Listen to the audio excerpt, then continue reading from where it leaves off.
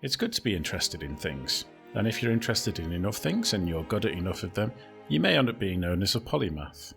And the meaning of the word has shifted throughout the years, mainly around the level of expertise required to be given the name of a polymath. It used to be given to people who could, say, paint the Mona Lisa and also conceptually invent helicopters and tanks, what's his name. For our purposes, though, an easy way to think about it is that it's having multiple interests to the level that knowledge of each of them can integrate and inform the other interests. Let's be clear though, people like Elon Musk and Steve Jobs are not polymaths. If anything, they're just good at bullying intelligent people into doing stuff. Now, because of the advance of science and the kind of production line specialisation of the Industrial Revolution, we've all to some degree or other become specialists, and we've probably lost something in that. As an example, a 2019 study showed that Nobel Prize-winning scientists were 25 times more likely to sing, dance or act than scientists who didn't win the Nobel Prize. In short, Jills and Jacks of all trades bring good things to whatever they do, and it's probably good to encourage it. So, let's look at one particular Jack and Jill pair. In this case, Jill is a Marjorie. We'll start with Jack, a literal rocket scientist who had some unusual side interests.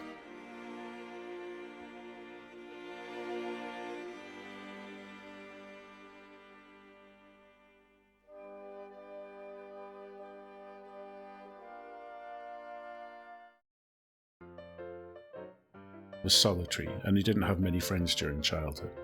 He did develop a passion for science fiction and such like.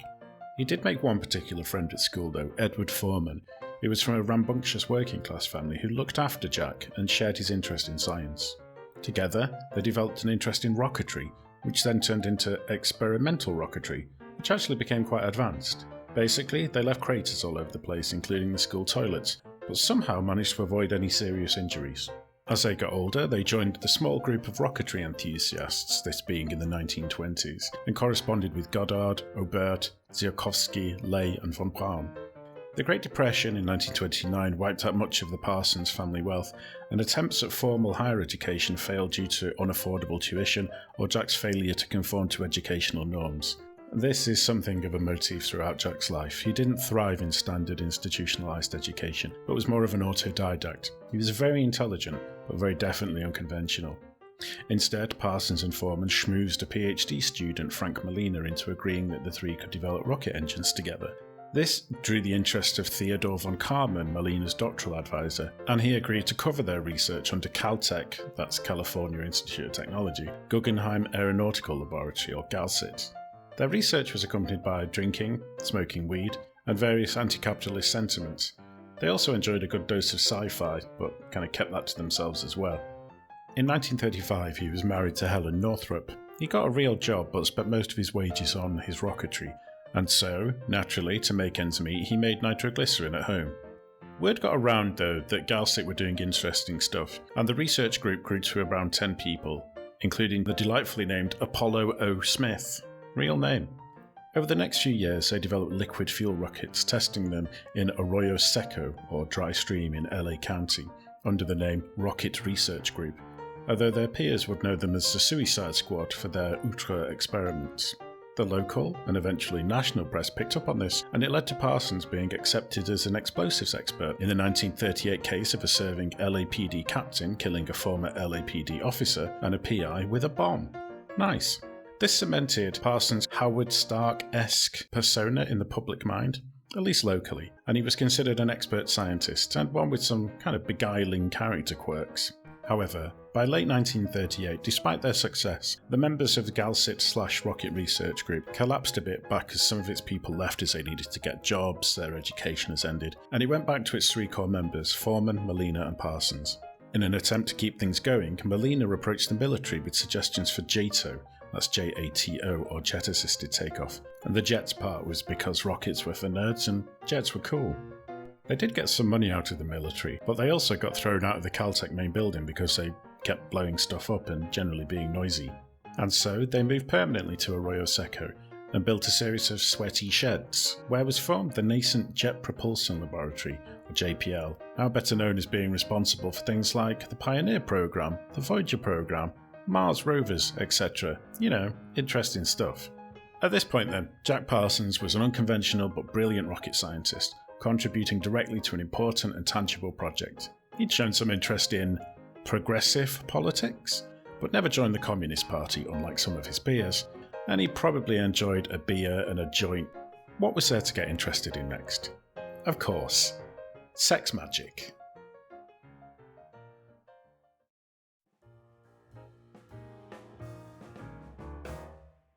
Now, like most people, you probably did something in your adolescence that you may be a little bit ashamed of, even if it was just dyeing your hair leopard spots. Yeah. Magic is the shameful adolescent secret of science. Seems very different to us now, but for a long time the two were almost indistinguishable. It really began as natural philosophy, and the connection between magic and early science is easily demonstrable. It relates to what's known as the apophenia, where humans tend to oversubscribe meaningfulness to illusory connections. So, as your deity created everything, so any perceived connections were there for a reason. This is pretty visible in early medicine. Lots of plants that allegedly gave your dangle-a-wangle were shaped like penises or vaginas, so the correspondence is obvious, apparently. Studies into these connections is one of the things that led to science, as some people wanted to understand them to best use the item. By the Enlightenment, scientists were getting a bit embarrassed by magic and started to disparage it. But this didn't stop people like Isaac Newton still giving turning stuff into gold a red-hot go.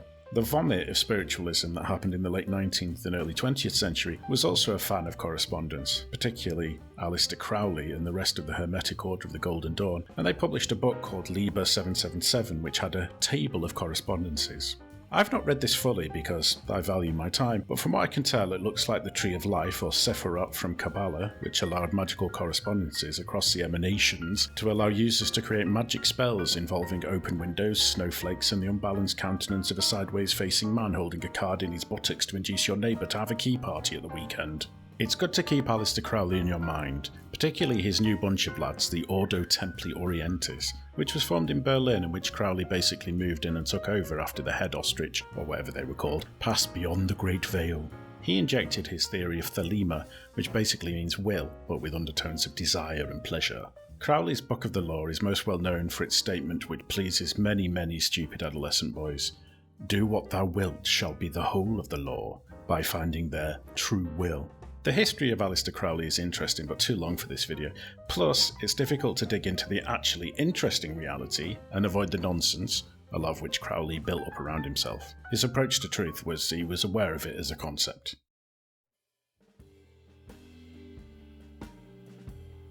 Just by happenstance, in 1939 Parsons was taken by a couple of friends to Gnostic Mass at the Temple of Thelema in Hollywood, but he had already read some of Crowley's burblings. In fact, Parsons had already tinkered with magic as an adolescent, but had got scared and or bored. Importantly though, Parsons was fascinated.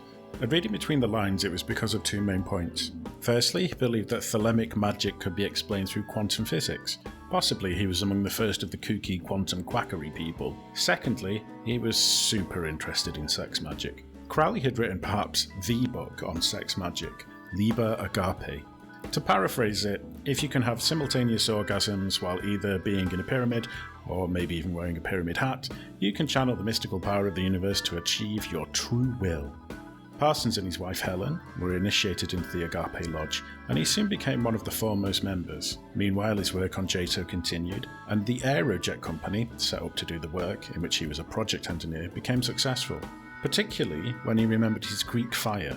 Mixing asphalt with the rocket fuel made it more stable and increased thrust significantly. This transformed rocket technology, as without the thermoplastic asphalt rockets couldn't be stored or be mass-produced.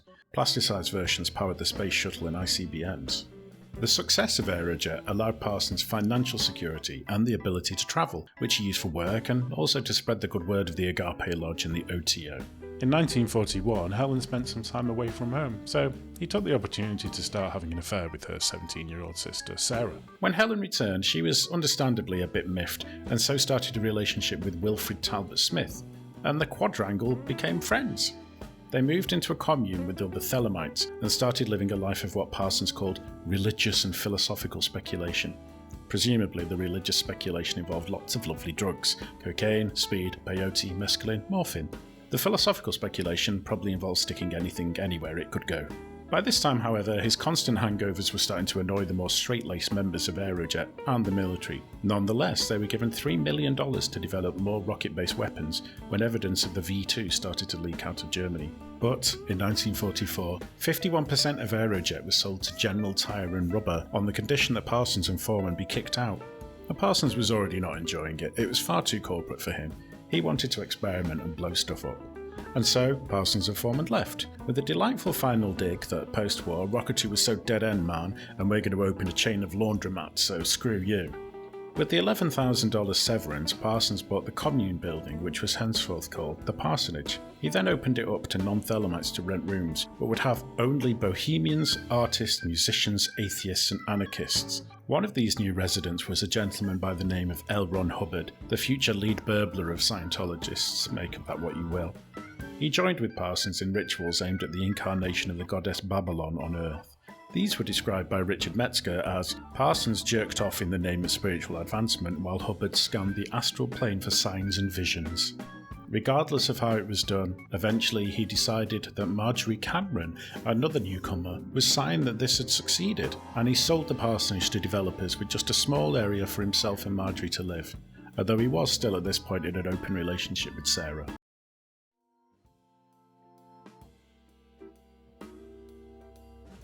Marjorie Cameron, later known by the mononym Cameron, was to serve as Parsons' primary muse, and increasingly his true life partner. In this story there are many people who are truly fascinating, but also most of them have had many YouTube minutes already devoted to them. Cameron is, if anything, more interesting. Her early life is kind of similar to Parsons, a child and adolescent that didn't quite fit in, clearly artistic and kicking against the traces of a humdrum existence. Unlike Parsons though, she didn't have a rich family, or the forbearance he enjoyed as a pale male. Part of Cameron's unconventionality was to be sexually precocious, and she eventually was given an illegal abortion by her own mother, which must have left her with some complex issues to deal with.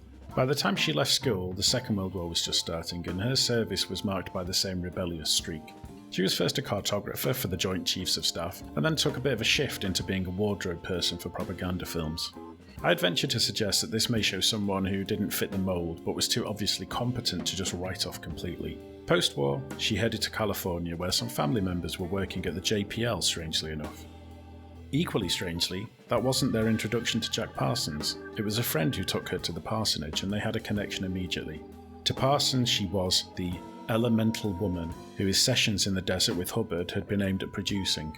They had an initial tryst, which involved them not coming out of the bedroom for 3 weeks. She then left for a while to visit friends in New York, during which time she found out she was pregnant and underwent another abortion. Meanwhile, back in California, Jack had started a random company with L. Ron Hubbard and Sarah in 1946, and they immediately ran off with most of his life savings. He tracked them down to Miami, where they'd bought yachts, because obviously, and cast a spell, or an invocation of Barzabel, the vengeful spirit of Mars. In reality, the weather had forced them back to port. Hubbard was forced in court to recompense Parsons, but Jack took no further action after being reminded by Sarah that their relationship had technically started prior to her reaching her majority in Californian law. Hubbard and Sarah then bigamously married, and leave our story to wreak whatever havoc they may have done. Charmingly though, the Church of Scientology claimed in 1969 that Hubbard had been tasked with destroying the evil black magic cult by the US Navy, being given the mission by sci-fi author Robert Heinlein. I can only imagine that Heinlein had been given his mission by Admiral D. Duck and the Marx Brothers. So where did this leave our two protagonists? Jack had become disillusioned with spirituality in terms of a group activity, but did remain a believer. He returned to California, where Cameron had returned as well, and she consoled him, and they moved to Manhattan Beach, where they conducted more low-key rituals and occult instruction. At this point, Cameron still wasn't all in with Thelema, but it was invested in other occult topics. Jack managed to get a job with North American Aviation, and hold it, and he worked on the Navajo missile program, so much for laundromats beating rockets. In 1947, Cameron took a trip to Europe with the intention of meeting Aleister Crowley and also gaining admission to the Académie de la Grande Chaumière, a prestigious art school. Unfortunately, Crowley had died in the meantime, and the Academy told her to get bent, so she spent 3 weeks in Switzerland and then returned to California, just in time to develop catalepsy, cause unknown. During this time, Parsons nursed her and encouraged her occult reading, including Thelema and astral projection.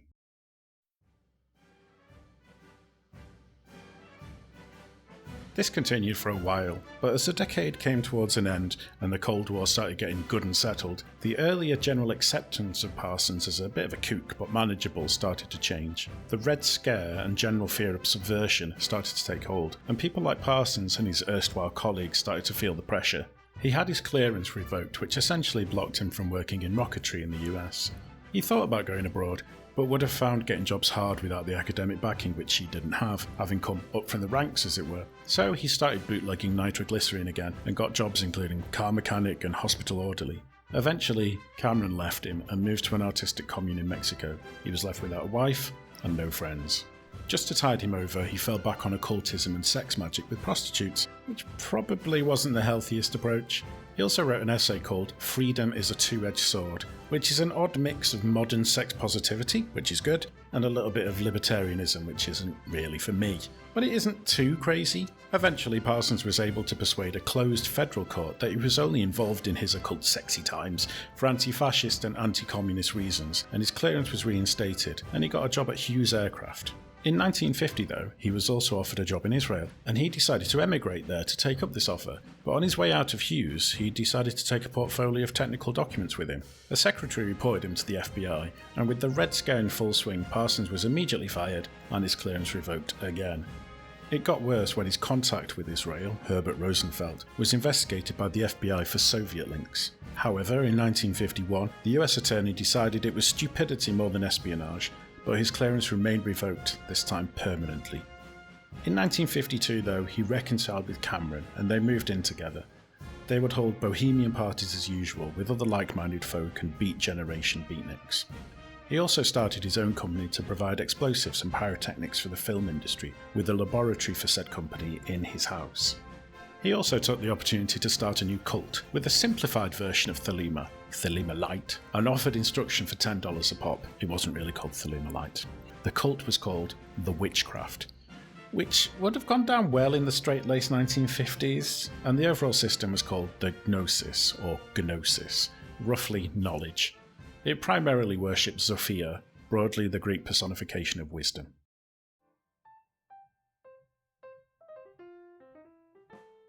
Shortly after this, he and Cameron were planning to travel to Mexico, both for fun and on a temporary job to set up an explosives plant for the Mexican government. On June the 17th, 1952, the day before leaving for Mexico, he had a rush order for film pyrotechnics and started to work on them. Kaboom. He was conscious but missing some important body parts, and he was dead 37 minutes later. He was also 37 years old. Unfortunately, his mother Ruth was told of his death and immediately committed suicide through barbiturate overdose.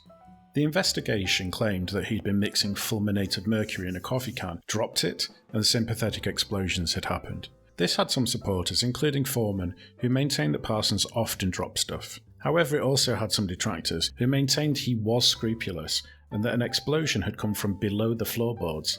That he was killed, in other words. Whatever, police couldn't really be bothered and closed it as accidental. In truth, there's no obvious reason for him to be killed, and he clearly enjoyed a heady combination of backyard science and hard drugs. Technically, it's not really sufficiently explained, but applying Occam's razor, he blew himself up. Cameron, however, held that her husband had been murdered either by the police or by shadowy anti-Zionists due to his possible employment by Israel. She retreated to Mexico and performed blood magic rituals to try and commune with his spirit, which involved cutting her own wrists and reading all his works that she had saved.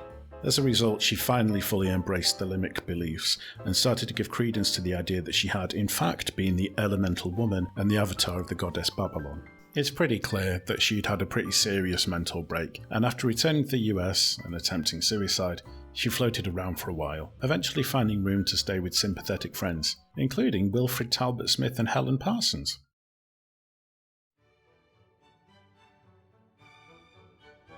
In late 1952, she moved to a ranch in Beaumont, California, and formed a group which was called The Children. As usual, sex magic was involved, with the avowed intent of creating multiracial moon children who would be devoted to Horus and inherit the world. The children broke up when her prognostications became increasingly dark, fueled by a pharmacopoeia of drugs and ongoing mental struggles, including hallucinations and mood swings. After it broke up, she spent some time in prison for drug possession, but after getting out on bail, she moved in with an artist friend, Renate Drux, whom she'd befriended years before in the artistic commune in Mexico. In retrospect, this arguably saved her life, as she found new focus in artistic endeavour. It was here that she started to paint again, and was introduced to various luminaries of the artistic world, most notably Kenneth Anger, a thelemic believer and director of progressive and avant-garde films. They began to work together with the film Inauguration of the Pleasure Dome, which I recommend watching after a hearty meal of good mushrooms. Artistic installations and exhibitions were well received, gaining attention for regularly being visited by the police, who considered them indecent. All press is good press though, right? As the 50s rolled into the 60s, she continued to move in artistic counterculture circles, including starring in cult classic Night Tide with legendary oddball Dennis Hopper. Happily though, regardless of living a little on the fringes of the usually overrated normal life, it was a life of stability where people respected her artistic temperament. She died in 1995, after later years full of progressive ideas, family life, and a continued belief in thelema.